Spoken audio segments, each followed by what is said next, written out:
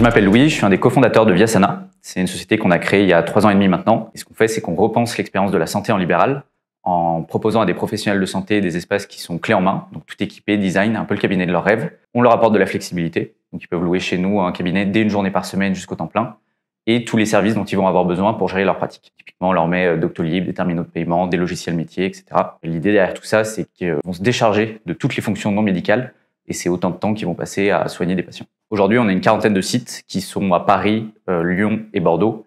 Et on est en pleine phase d'expansion. On est en train d'ouvrir 1 à 2 espaces par mois. Dans le reste de l'équipe, on est une vingtaine de personnes. Il y a les équipes qui sont en charge des opérations, donc gérer les espaces au quotidien. Les équipes qui sont en charge de l'expansion, trouver les espaces, les commercialiser. Et les équipes qui sont en charge des ouvertures des espaces, donc réaliser les travaux et faire qu'on ait des centres qui soient totalement utilisables par les professionnels de santé. Donc on a 2 principaux enjeux. Le premier, c'est arriver à financer nos espaces et notre croissance.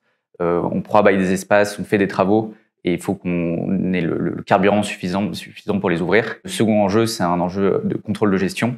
Où chaque fois qu'on ouvre un espace, il faut qu'on gère la boîte au cordeau et qu'on sache précisément la marge qu'on va réaliser sur chaque espace, les coûts d'ouverture, etc. Je m'appelle Justine et je suis responsable administrative et financière chez Viasana. Je m'occupe de toute la partie financière, administrative et RH. Je suis arrivée il y a 9 mois, en septembre 2023, pour reprendre donc la partie administrative et financière. Louis donc s'occupait seul de cette partie-là. Mes principaux enjeux ont été de reprendre tout l'exercice 2023, donc on a une clôture au 30 septembre. Donc de reprendre tout l'exercice 2023, de préparer la clôture. Donc là, j'ai repris les flux, les catégorisations, l'ensemble des factures d'achat. J'ai été chercher les factures qui nous manquaient. Et j'ai pris contact avec le cabinet comptable pour faire des points avec eux. La prise en main de Penny Lane s'est bien passée. Je me suis formée à Penny Lane grâce à Penny Lane Academy et en contactant le support quand j'avais des questions. Moi, je vois 2 principaux enjeux aujourd'hui en tant que RAF chez Viasana.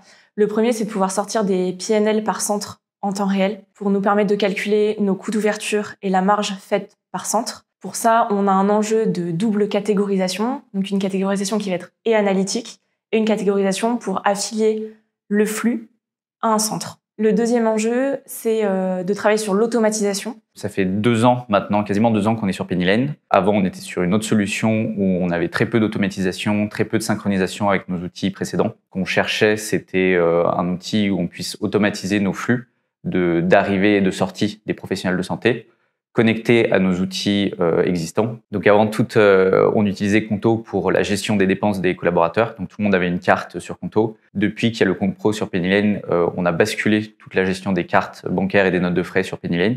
Donc chacun des utilisateurs a sa carte virtuelle ou physique Penny Lane, qui lui permet de réaliser des achats pour les ouvertures, pour les opérations au quotidien.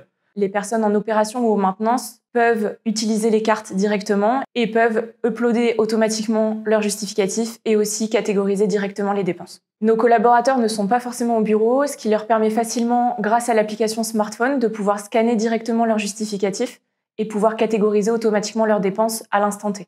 On a connecté nos 4 comptes bancaires à Penny Lane, ce qui nous permet de suivre nos flux et nos soldes de façon courante. On a connecté différentes applications à Penny Lane, par exemple Finthesis, GoCardless, RubyPayer, PayFit. On a connecté automatiquement, grâce à l'API Penny Lane, Zapier, qui nous permet aujourd'hui de créer automatiquement nos clients, de créer automatiquement les abonnements des clients. Et comme on a aussi le lien avec GoCardless, de prélever automatiquement nos clients, puis de les rapprocher grâce à l'intégration. Bonjour, je m'appelle Adèle. J'ai rejoint Viasana en tant que bras droit CFO il y a quelques mois. Alors par mois à peu près, on a 500 factures à traiter. Donc ces factures, je ne peux pas évidemment les catégoriser une par une.